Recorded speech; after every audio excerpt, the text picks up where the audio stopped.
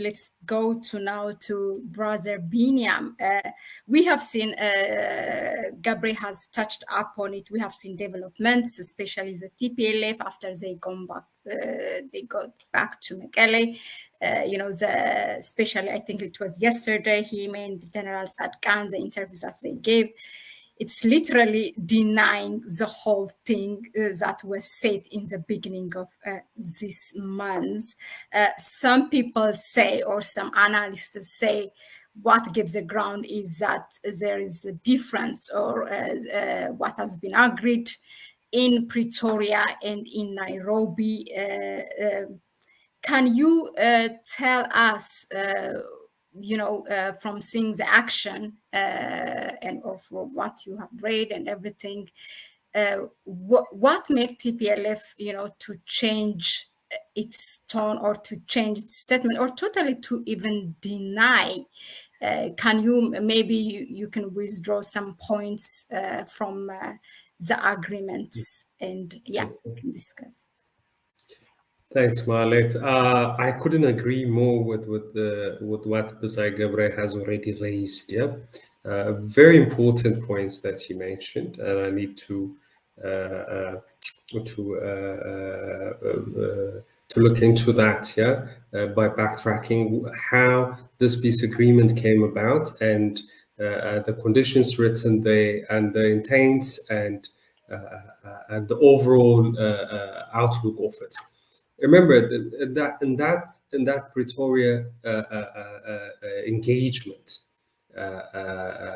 towards this agreement, TPLF and the Americans wanted a cessation of hostilities, just a cessation of hostilities, and it's the Ethiopian negotiators that insisted we need to have a permanent cessation of hostilities.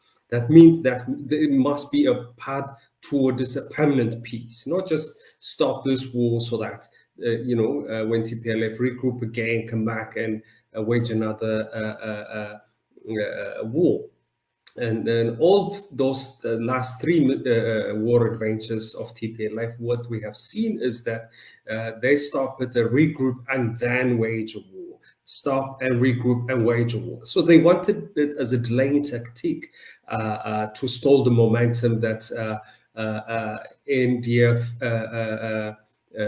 and its allied forces had been making, heading towards Mekelle, taking over a number of cities in town. In fact, it was claimed that 70% of the region is already taken by the NDF. And of course, Mekelle and all the other cities are what's being left behind unoccupied, and they could have been occupied as well. But the Ethiopian government wanted to give peace a chance.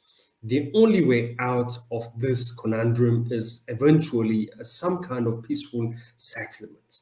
War could be there, it could be won, but unless you have a peaceful settlement of it, then it would going to create a condition for another war, and that's what the Ethiopian government wanted to avoid at all times. So, and those two deals, the Nairobi one followed as a way of, creating conditions for implementation of what has been agreed in Pretoria. It's not a departure from it. And of course, TPLF has considered it that it's won by inserting that particular phrase, non-NDF forces and foreign forces must come out of Ethiopia, or the region, it doesn't say. And it doesn't say which foreign forces must leave the region. Sudan is also in Ethiopia, remember that, and been participating in war. So is it because Ethiopian government said that you're talking about Eritrea, but what about Sudan? We need to problematize those details, but TPLF insists upon that this foreign forces must be Eritrea, and of course non-NDF forces are also specifically mentioned, Afar regional forces and Amhara regional forces. Now they are claiming this as a victory on their side in order to create a division between federal government and the Amhara region and the Amhara population in general. And of course, Afar is also at the background as well. Yeah, they're going to be discontent. And they wanted to create a narrative that would say that the Western, what they claim to be Western Tigray must be handed over as part of this deal. That's what they say. The constitutional order must be implemented. So this is an interpretation that they have, and they are interpreting it in such a way it would serve them. And those interpretations are made possible because there are no finer details on those agreements. And that's what they're trying to manipulate. The Americans had been also very much adamant that those are the facts as part of the agreement. Yeah, what needs to happen and how it should happen. They're dictating the whole time. And in fact, they're no longer observers, or they're no longer facilitators. They are positioning themselves as guarantors, as a protectors, and a main player in this particular agreement, and which wasn't the case at the beginning. It was an African-led initiative, AU-led initiative, but the Americans have taken over for some reason, and they're sabotaging it. They're not facilitating it. They're not creating the condition for full implementation of it. They are obstructing it, which is the dangerous part. And why are they obstructing it?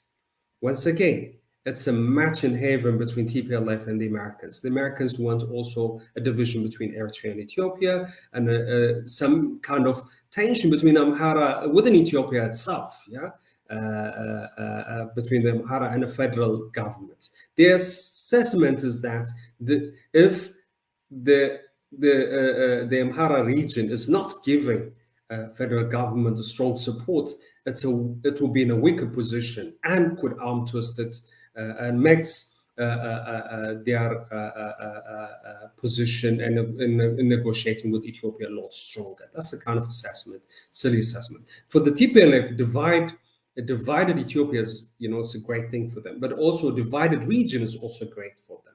So that's why they push in this, an assumption that Ethiopia and Eritrea would somehow be fighting and squabbling over this. And the assumption is that Eritrean government wants something else and Ethiopian government also wants something else. And they have created a narrative around that. They claim that the federal government does want total elimination of TPLF, while the Eritrean government wants total elimination of TPLF, and therefore a difference there. Yeah, I think that's far from the truth. Yeah, the Ethiopian government would like also a peaceful region, and the Eritrean government also wants a peaceful region with TPLF or without TPLF. That's the condition both want. If TPLF is willing to give peace a chance, and I think anybody in the region wants to allow TPLF to exist as a political entity, and if the people of Tigray also want TPLF to continue, but also contribute positively and constructively to the region's integration, development, and stability, I think nobody minds that. What we are despising, what we hate most about TPLF is it's a desire to be a tool foreign governments, and it's a desire to be a destabilizing force in the region. And we have seen it from their interviews. They have consistently made those things very clear. They want a divided region. In fact, Tzadkan and General Tzadkan, I don't know if you want to call it general anymore, but Tzadkan and Getachew as major negotiators of the TPLF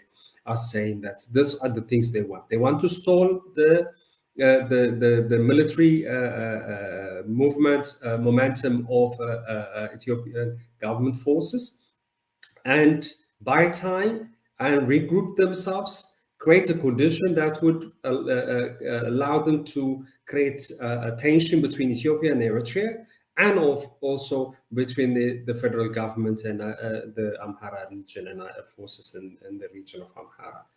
And that's a very dangerous intention, and it's not abiding by this agreement, create a condition for peace. Yeah, confidence building measure that is being claimed for. Those are now all breached by TPLF and their propagandists. And now what they're saying is that we have an agreement between TPL with the federal government, not with Eritrean forces or the Amhara forces. That's what they say. Therefore, they can say anything about those two forces, but not say anything about the federal government forces. So the NDF is now a noble actor, but those aligned to it, those who have been working with it, are villains. And that's how they try to portray it. And it's not going to be contribute to this peace we all want. And of course, TPLF is also in its last breath, and that's what they're trying to do, desperate attempt. It's not going to change much as far as I'm concerned. I think I've said enough for introduction, and I give it to you. Thanks. Thank you. Thank you, Brother Biniam. Really interesting.